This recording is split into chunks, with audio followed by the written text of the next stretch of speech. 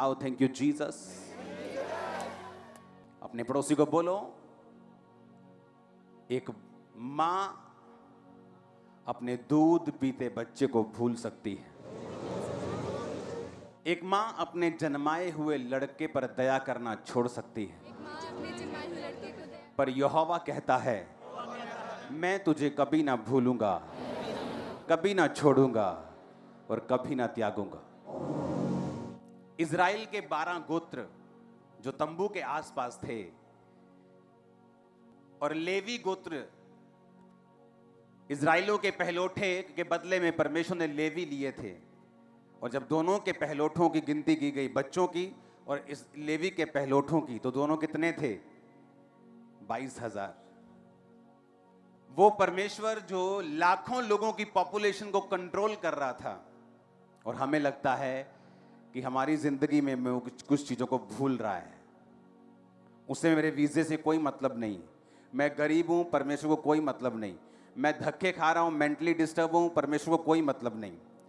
परमेश्वर आपकी छोटी से छोटी चीज की परवाह भी करता है और उसमें शामिल भी होना चाहता है और आपको चंगा भी करना चाहता है। मैं आपको बता रहा हूं, मैं एक जगह प्रेयर कर रहा था, और जब मैं प्रेयर करने के लिए निकलूं थोड़ा सा, तो 2 चिड़ियां आए मेरे पास रियल में। तो चिड़ियां आके चू चू चू चू चू चू चू चू चू चू, उनकी चू चू जो थी वो अच्छी वाली नहीं थी, वो बेचैनी वाली थी। मैं जानवरों के पास बहुत रहता हूँ, मेरे पास हर तरह के जानवर हैं, बकरी, भेड़, गाय, बैल, तोते, कबूतर, डक्स, मुर्गे, हर तरह के आप नाम ले लो, तीतर, चकोर, सब है मेरे पास। तो मेरे को उनका मालूम है, वो उनकी आवाज़ जो थी वो बड़ी खड़वी वाली आवाज़ थी, उनको कुछ पसंद नहीं आ रहा था।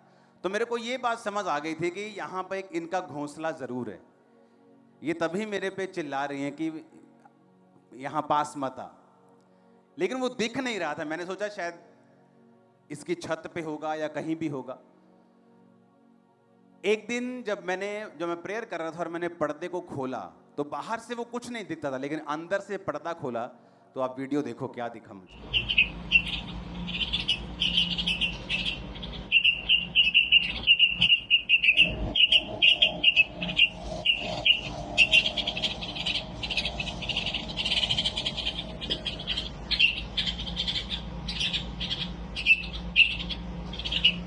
दूसरी वीडियो को देखेंगे।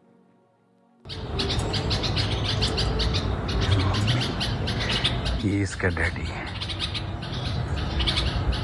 और सारा दिन ये यहीं रहते हैं अपने घोंसले की रखवाली करने के लिए और बच्चों को खिलाने के लिए, सारा दिन।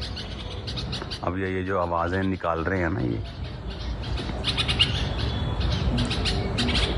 ये मेरी वजह से निकाल रहे हैं। मैं यहाँ पे, उनको लगता है कि उनके बच्चों को कोई ले जाएगा, और बच्चे यहाँ पे ये खिड़की के पास।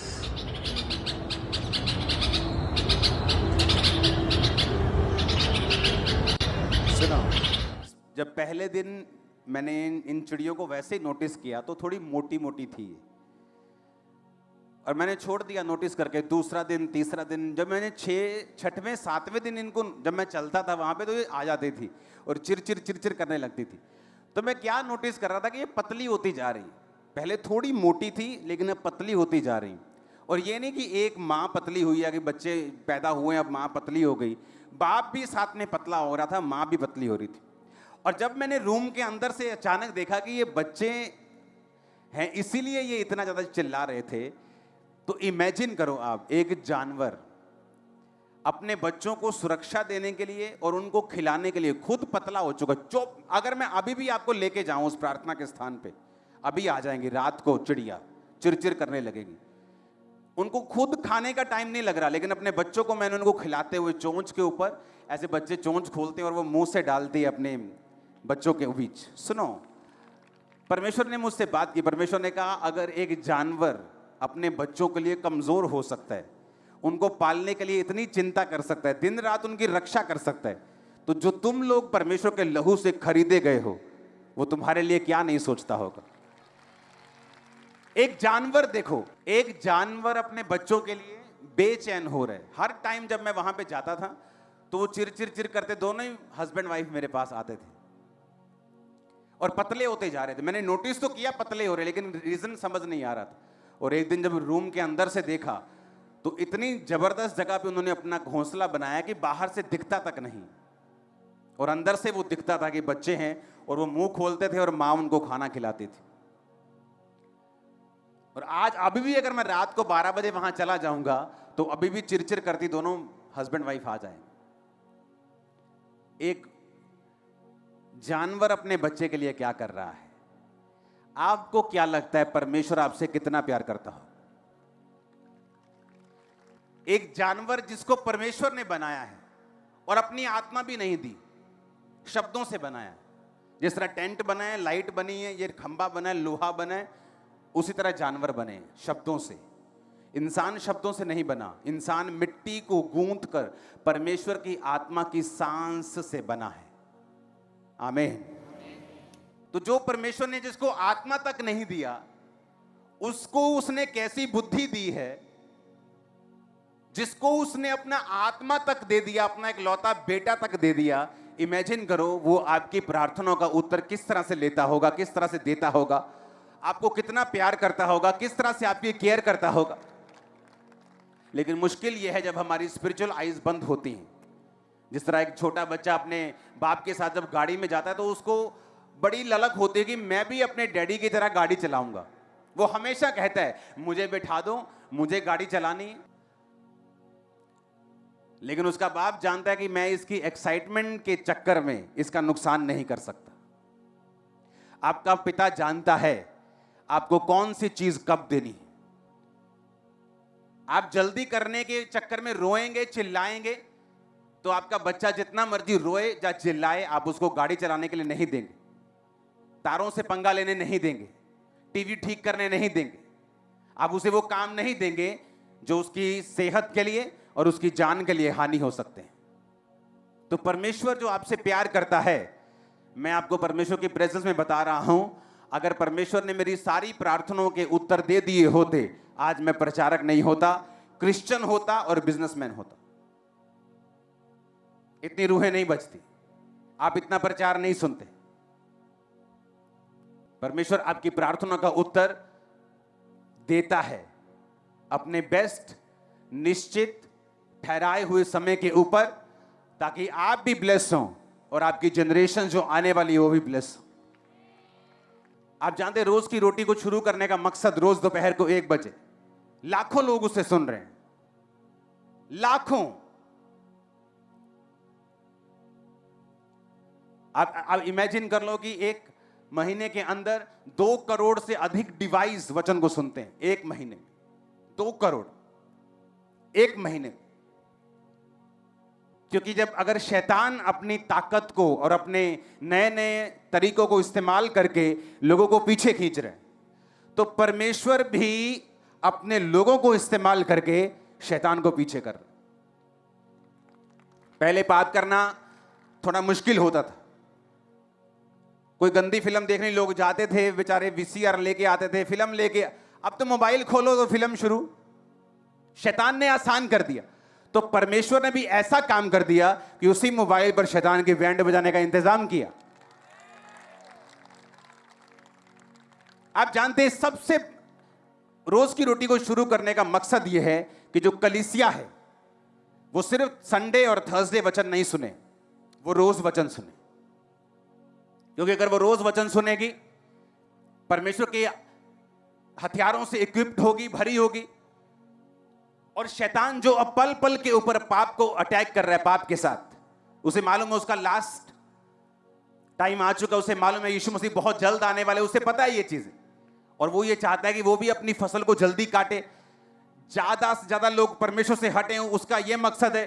और परमेश्वर भी जानते हैं जितने मिरेकल्स आप देख रहे हो, जितनी हीलिंग्स आप देखते हो, जितनी बेदारी आप देखते हो, आप इमेजिन भी नहीं कर सकते पुराने टाइम के लोग, क्रिश्चियन लोग इसके सपने देखते होंगे कि ऐसा हो जाए।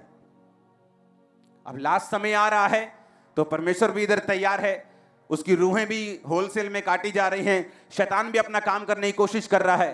तो जो वचन आप रोज सुनते हैं वो आपकी हेल्प करता है विश्वास में बने रहने के लिए, परमेश्वर के साथ जुड़े रहने के लिए, परमेश्वर के आत्मा के वचन की जो नॉलेज है उसे ग्रहण करने के लिए, क्योंकि जितना वचन आपके अंदर होगा आपकी हेल्प करेगा। और जब शैतान आप पे अटैक करता है, आपको अविश्वास के साथ, क्वेश्चंस के साथ, शरीर की अभिलाषाओं के साथ, उस समय वो वचन होगा जो आपको सुरक्षित रखेगा, बचा के रखेगा, और परमेश्वर से आप वो लेने पाएंगे, क्योंकि परमेश्वर पाप से नफरत करता है लेकिन आपसे प्यार करता है। आमीन। तो आप पाप ना करें, इसलिए वचन आपके अंदर होना जरूरी है। आमीन। उस वचन को सुनेंगे अपनी स्क्रीन के ऊपर। सबसे पहले अब्राहम के उस वचन को, उत्पत्ति के। सबसे पहला गुनाह इस धरती पे कौन सा था? इस पूरी दुनिया में सबसे पहला गुनाह क्या था? हां, नहीं आना आज्ञाकारी, तो उसका तो एक नाम हो गया ना। सबसे बड़ा गुनाह क्या था? सबसे पहला गुनाह क्या था इस पूरी दुनिया में? हां, आदम और हवा से पहले यह शुरू हुआ था। शैतान का घमंड और उसका विद्रोह, यह दुनिया का पहला अपराध था। आप जानते हैं, लोग पूछते सबसे बड़ा गुनाह क्या है? आप जानते हैं क्यों लोग गिर जाते हैं? वचन की अज्ञानता के कारण। वचन कहता है कि मेरे ज्ञान की कमी होने से या ना होने से मेरी प्रजा नाश हुई। शैतान की वजह से नहीं। शैतान भी किस चीज को यूज करता है आपके खिलाफ? आपके ज्ञान की कमी को। 2 इंसिडेंट है बाइबल में जिसमें मैं आपको प्रूफ कर दूंगा कि ये वाला पाप परमेश्वर बहुत सीरियसली लेता है और इसके ऊपर जजमेंट भेजता है और न्याय करता है। पहला पढ़ेंगे उत्पत्ति में, अब्राहम की स्टोरी। अब्राहम की पत्नी सारे के कोई संतान नहीं थी, उसके हाजिरा नाम की एक नौकर थी। सारे ने कहा, देख यहोवा ने मेरी कोख को बंद कर रखा है, इसलिए मैं तुझसे विनती करती हूं कि तू मेरी दासी के पास जा, संभव है कि मेरा घर उसके द्वारा बस जाए। सारे की बात अब्राहम ने मानी। इसलिए जब अब्राहम को कनान देश में रहते 10 वर्ष बीत चुके थे, उसकी पत्नी सारे ने अपनी मिस्री दासी हाजिरा को लेकर अपने पति अब्राहम को दिया कि वह उसकी पत्नी हो। उसकी दूसरी शादी हो रही है अब्राहम। वह हाजिरा के पास गया, वो गर्भवती हुई। जब उसने जाना कि वो गर्भवती है, वह अपनी स्वामिनी को तुच्छ दृष्टि से देखने लगी। हाँ, इसको बाद में पढ़ते हैं, उत्पत्ति 30 को। हम अब्राहम की स्टोरी जानते हैं कि अब्राहम के कोई संतान नहीं हुई सारे से, तो उसने कहा दूसरी पत्नी कर ले। पुराने टाइम में 1 से 2 से 3 से भी अधिक पत्नियां होती थी। अब नहीं है रूल। ये मत सोचना कि तुम जाओगे और दूसरी, तीसरी, चौथी, कैंसल सारे प्लान शैतान के। आमीन। तो पुराने टाइम में लोगों की 1 से अधिक पत्नियां होती थी, धरती खाली थी, परमेश्वर की प्लान था उसको भरने का। तो बाइबल कहती है जैसे ही अब्राहम की दूसरी पत्नी पेट से हुई, वो सारा को तुच्छ दृष्टि से देखने लगी, उसको छोटा समझने लगी। आगे क्या हुआ? सारा उसको दुख देने लगी, वो भाग गई। जब भाग गई तो यहोवा ने कहा, कहां से आई है तू? उसको आवाज आई प्रभु की। उसने कहा, मैं अपने स्वामी के घर से भाग आई हूं। तो परमेश्वर ने कहा, तेरे पेट में जो बच्चा है मैं उसको ब्लेस करूंगा, उसमें से प्रधान पैदा होंगे। जा अपनी स्वामिनी के पास वापिस और उसके वश में बनी रह। वापिस चली गई। बच्चा हुआ, इस्माइल बेटा हो गया। बेटा बड़ा हो गया। उसके बाद परमेश्वर ने अब्राहम और सारा की भी सुधि ली और सारा को भी परमेश्वर ने बेटा दिया, इसहाक। जब इसहाक का दूध छुड़ाया गया तो ये इजराइलियों में पुराने टाइम में ये परंपरा थी कि दूध छुड़ाने का टाइम 9 साल, 8 साल तक भी, 7 साल तक भी बच्चे दूध मां का पीते थे। 3 साल तक कम से कम पीते थे। जब तक उनके दूध वाले दांत नहीं आते थे, बच्चे मां का दूध पीते थे। अब जब इमेजिन करते 3 साल, चलो मान लो हम उम्र लगाते हैं कि इसहाक की उम्र 3 साल की थी जब दूध छुड़ाया गया और पार्टी की गई। उस पार्टी में सारे शामिल हुए और जो मिस्री हाजिरा का बेटा था इस्माइल, बाइबल कहती है वो इसहाक के साथ ठट्ठा, मजाक और शैतानी हंसी कर रहा, मजाक कर रहा था उसके साथ, गलत रीति से, यानी उसको मारने की रीति से या उसको नुकसान पहुंचाने की रीति से। सारा ने दूर से देखा, क्योंकि आप मजाक समझते हैं, कोई बड़ा भाई छोटे भाई के साथ मजाक करे, आप समझते हैं उससे प्यार कर रहा है, लेकिन वो प्यार वाला मजाक नहीं था। आप मेरी बात समझ रहे कि नहीं? वो ठट्ठा, वो ताने, वो कुछ ऐसा मजाक था जो सारा को मतलब समझ आ गया कि ये बंदा, ये बच्चा, ये मेरे बच्चे के लिए, इजहाक के लिए अच्छी इंटेंशंस नहीं रखता।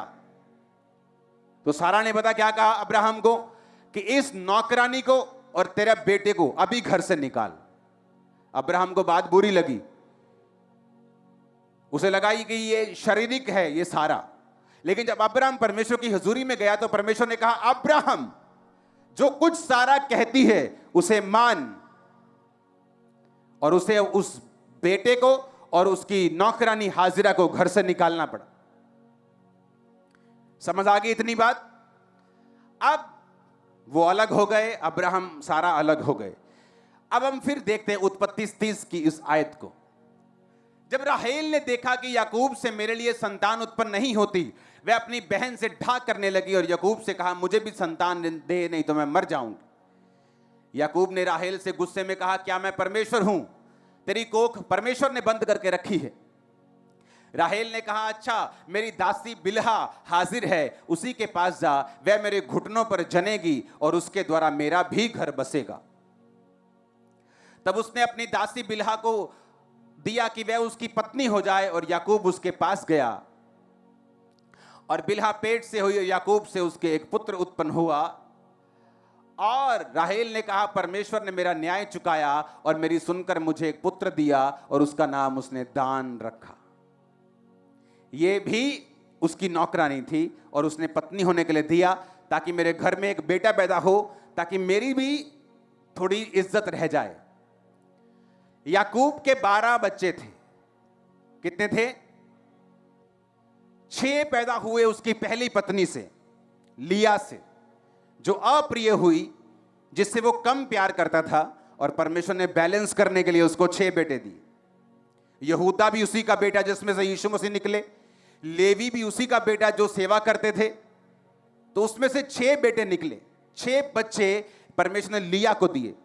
राहेल की भी गर्भ को खोला, 2 उसे दिए, 2 राहेल की नौकरानी को दिए और 2 लिया की दासी को दिए, जो दोनों बाद में उसकी पत्नियां बन गई, और 2-2 बच्चे उनके हुए। अगर आप देखें तो उनके 12 गोत्रों में 4 बच्चे उसकी तीसरी और चौथी पत्नी से हैं, लेकिन वो गोत्र में शामिल हुए, और अब्राहम की दासी का बेटा गोत्र में शामिल नहीं हुआ। रीजन विद्रोह। आज इस्माइल, जिस तरह याकूब के 12 गोत्रों को हम बोलते हैं कि इजराइल के 12 गोत्र हैं, इस्माइल भी गोत्रों में होता, इस्माइल भी अब्राहम की ब्लड लाइन में होता, परमेश्वर उसे छोड़ते नहीं, लेकिन विद्रोह, उसकी माता की इंटेंशंस कि मुझ पे अनुग्रह हुआ है, तो उस अनुग्रह पे मैं अपने शीश को झुकाऊं, ना कि अपनी मुंडी को कड़क करके बेवकूफी करूं। पुराने नियम में जितनी घटनाएं होती हैं उन्हें शारीरिक रीति से मत लो, वो आत्मिक रीति से सिखाने के लिए हुई। अन्य जातियों के लोग जब आज उसी हाजिरा की तरह परमेश्वर में आते हैं, अपने शीश को झुकाओ, क्योंकि तुम इजरायली नहीं थे कि यहोवा को मान सको, लेकिन यहोवा ने तुम पे अनुग्रह किया है। तुम तो नौकर भी नहीं थे, लेकिन अब तुम उसकी ब्लड लाइन में शामिल हो गए हो। तुम शान से कहते हो कि असी यसू दे बंदे आ, हाँ हम उसके बेटे और बेटियां हैं। शान से बोलते हो कि नहीं? पहले नहीं बोल सकते थे। विद्रोह किया। सारा की नौकरानी ने विद्रोह करके उस घर से निकाली गई, क्योंकि वो हम्बल नहीं थी, नम्र नहीं थी। शैतान जब लोगों को नाश करने के लिए उठता है, वो उन्हीं लोगों का विरोध आपके जरिए करता है जिससे आपको बरकत मिली है। और जब आप एक ऐसे व्यक्ति को विरोध करते हुए देखें जिसने उस व्यक्ति से उल्टा बरकत पाई हो, आप मेरी बात को समझ लेना कि उसके पीछे प्योर 100% शैतान खड़ा है। डेयरी के बाहर लिखा था ना 100% देसी क्यों। आप मेरी बात याद कर लेना कि उस बंदे के पीछे 100% शुद्ध शैतान खड़ा है। तुम काबिल नहीं थे, लेकिन तुमको चुना गया, एक काम दे दिया गया, एक ड्यूटी दे दी गई, लेकिन शैतान ने गेम खेली, वही जो वो सदियों से खेलता आया है, जो उसने खुद भी खेली थी। कहा था, प्रभु यहोवा से ऊंचा सिंहासन बनाऊंगा और मैं आराधना नहीं करूंगा तो कौन करेगा। आज जब तुम लोग आराधना करते हो, तुम्हारे बंधन टूटते हैं। पता है क्यों? परमेश्वर दिखाता है शैतान को, देख तू नहीं करेगा, ये लाखों करेंगे, ये करोड़ों करेंगे। इसलिए जब आप आराधना करते हैं, शैतान के बंधन टूटते हैं। उन लोगों में मुझे दया आती जो वर्शिप के टाइम के बाद चर्च में घुसते हैं, इधर बाथरूम करने चले जाएंगे, चाय पीने चले जाएंगे, रोटी खाने। लेकिन अगर यहां पे 6 घंटे की बॉलीवुड की मूवी चल रही हो, तुम उठोगे नहीं भाई साहब, पकड़ के भेजोगे पेट, तो घंटे बाद ही जाने हैं।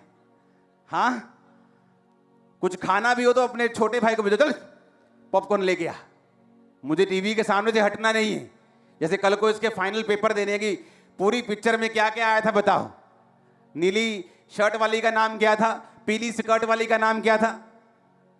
लेकिन अगर चर्च में आना हो तो हम करते फटाफट, चलो प्रभु के दास के आने का टाइम हो गया, चलो चलो बैठो बैठो फटाफट बैठो। तुम आधी बरकत लेके जा रहे हो, पूरी नहीं। अगर पूरी बरकत चाहिए तुम वर्शिप करोगे। और यही शैतान जो विद्रोही हुआ, और परमेश्वर ने पहला गुनाह जो इस दुनिया के ऊपर हुआ वो विद्रोह का था, वो विद्रोह था, वो विरोध था, वो शैतान की गई बगावत थी। और परमेश्वर ने शैतान को डांटा, शैतान को गिराया। जो लोग बोलते हैं धरती के ऊपर एक बड़ा उल्का पिंड गिरा था और उसके बाद धरती पे सारा कुछ नाश हो गया, वो उल्का पिंड नहीं था, वो शैतान था। उसके बाद कभी गिरा धरती के ऊपर, क्या हो गया? उल्का पिंड बंद हो गए बनने। करोड़ों खरबों खरबों खरबों खरबों अभी भी आसमान में घूम रहे हैं।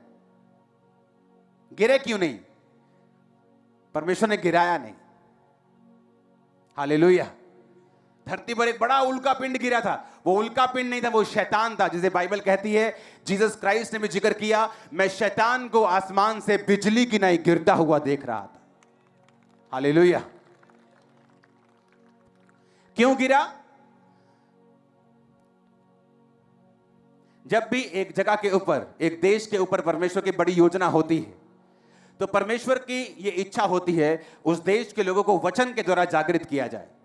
अगर आप अफ्रीका के चर्चेस में जाकर देखेंगे, अगर मान लो किसी अफ्रीका के चर्च में कोई बंदा है, उसको परमेश्वर ने कहा ओके जा और एक सेवकाई शुरू कर, वो कभी भी विरोध करके नहीं जाएगा अपनी चर्च का। वो अपने पास्टर से बात करेगा, मैं जाना चाहता हूं, आप मुझे ब्लेस करो, खुदा ने मुझे ये काम करने के लिए बोला है। और आप देखेंगे वहां पर ज्यादा चर्चिस हैं और लोग एक दूसरे का विरोध कम करते हैं, क्योंकि उन्हें मालूम है जब वो चर्चिस भी नई नई खड़ी हुई थी और उनका विरोध हुआ था, और विरोध करने वालों की जनरेशंस खत्म कर दी थी परमेश्वर। उनकी टेस्टिमनीज हैं, श्राप के नीचे रहे कितने साल, कितने साल श्रापों के नीचे रहे, संघर्ष करते रहे, जब तक उनका पूरा कोर्स सजा का हो नहीं गया, परमेश्वर ने उनको छोड़ा नहीं। इंटरनेट एक धोखा देने वाली वस्तु है। इंटरनेट को देखकर लोगों के जीवन में चल रहा है इसका अंदाजा मत लगाओ। जितने फीलिंग ब्लेस्ड लिखा होता है उतने वो ज्यादा कई बार श्रापित निकलते हैं। मत लगाओ अंदाजा। हालेलुया। जो पहला काम था जो शैतान ने किया, विद्रोह, जब शैतान आपकी लाइफ में देखता है डिवाइन हेल्पर्स को, वो आपकी लाइफ में देखता है कि आप लोग बरकत पा रहे किसी वजह से, वो कोशिश करता है कि आपको परमेश्वर से तो वो अलग नहीं कर पाता, आपको कोशिश करता है उस ब्लेसिंग से, उस सोर्स से, उस सोते से आपको अलग कर दिया जाए। लूत को लगा मेरी मेहनत के कारण मैं ब्लेस हो रहा हूं, पर उसे यह नहीं मालूम था अब्राहम के कारण तो ब्लेस हो रहा है। और अब्राहम के कारण इसलिए ब्लेस हो रहा है क्योंकि अब्राहम के ऊपर परमेश्वर का एक बड़ा प्लान है। अब्राहम परमेश्वर के प्लान का हिस्सा है, इसलिए परमेश्वर अब्राहम के जीवन में की गई किसी भी चीज को, अच्छी या बुरी को, बड़े ध्यान से लेता है और उसकी जजमेंट करता है। और हम अब्राहम की संतान, उसी के वंश। जो तुझे कोसे में श्रापित होगा, जो तुझे आशीर्वाद दे वो ब्लेस किया जाएगा, तुम उसी की संतान हो। आमीन।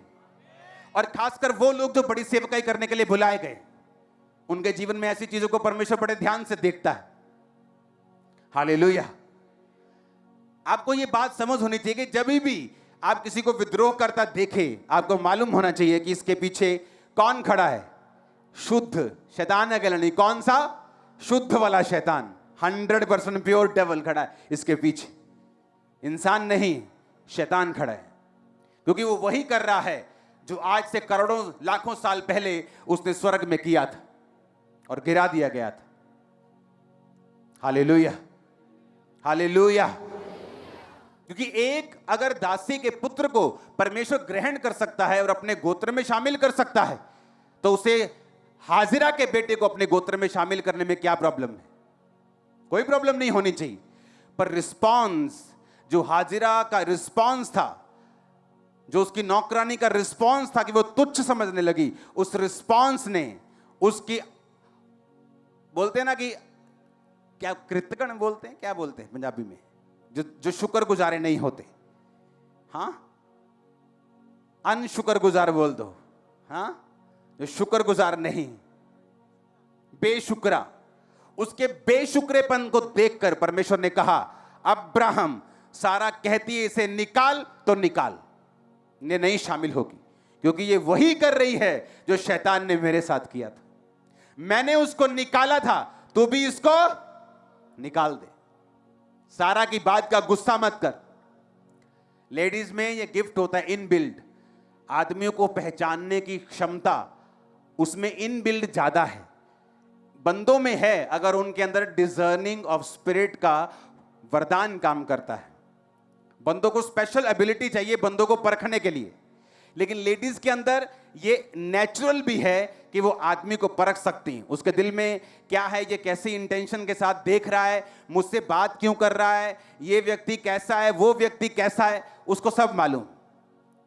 तो सारा ने देख लिया कि ये बंदा जो हंसी कर रहा है, मजाक कर रहा है, ये छोटी मोटी इंटेंशन नहीं है, इस बच्चे को मारने की इंटेंशन है उसकी। तो अगर आप परमेश्वर के बुलाए गए लोग हैं, आप हर कीमत के ऊपर अपने परमेश्वर के विजन को और उसके प्लान को अपनी लाइफ में बचा के रखेंगे। आपको निकालना पड़े किसी को, आप निकालेंगे, आपको बुलाना पड़े, आप बुलाएंगे। कितने मेरी बात को समझ रहे हैं? आज का वचन दिमाग खोल रहा है कि नहीं? जब भी आपको कोई काम करना है, करो। खुदा ने कुछ करने के लिए बोला, करो बिना विरोध के। और जब आपको कोई विरोध करता हुआ नजर आए, खासकर जिनसे वो सीख के गए हैं, आप समझ लेना उसके पीछे कौन खड़ा है? शुद्ध शैतान नहीं। कौन शैतान? शुद्ध वाला, प्योर खड़ा है उसके पीछे। और ऐसे व्यक्तियों की लाइफ में जो मुसीबतें हैं, जो पारिवारिक संघर्ष है, जो फाइनेंशियल ट्रबल है, जो मेंटल ट्रबल है, वो इतना होता है जितना आपको इंटरनेट पे दिखेगा नहीं कभी भी। इंटरनेट पे सर वो काम करते हुए दिखेंगे, प्रीच करते दिखेंगे, लेकिन अंदर की उनकी घटनाएं आपको कभी नहीं दिखेंगी, संघर्ष कभी नहीं दिखेगा। इसलिए मैं कहता हूं इंटरनेट धोखा देने वाली वस्तु। अगर आज से 15 साल पहले आप प्रॉफिट्स को देखेंगे तो इतने प्रॉफिट्स नहीं थे। क्यों? क्योंकि बहुत कम लोग थे जिनके पास पूरा डेटा होता था प्रोफेसी करने के लिए। लेकिन जब से फेसबुक आई, प्रॉफिट्स बढ़ गए, क्योंकि आपकी फेसबुक पे सब लिखा है।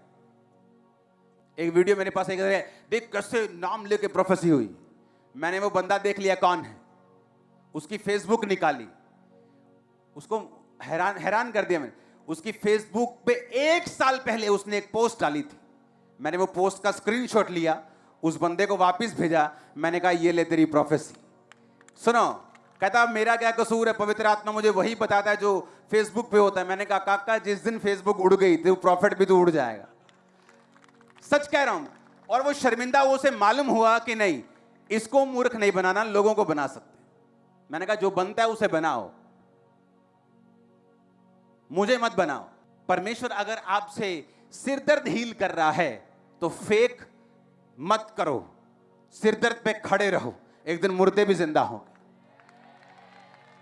लोगों को इंप्रेस करने के लिए आप प्रोफेटिक वर्ड दोगे, डोंट वरी, कहीं लोग जाने वाले नहीं, जो आपके हैं आपके रहेंगे।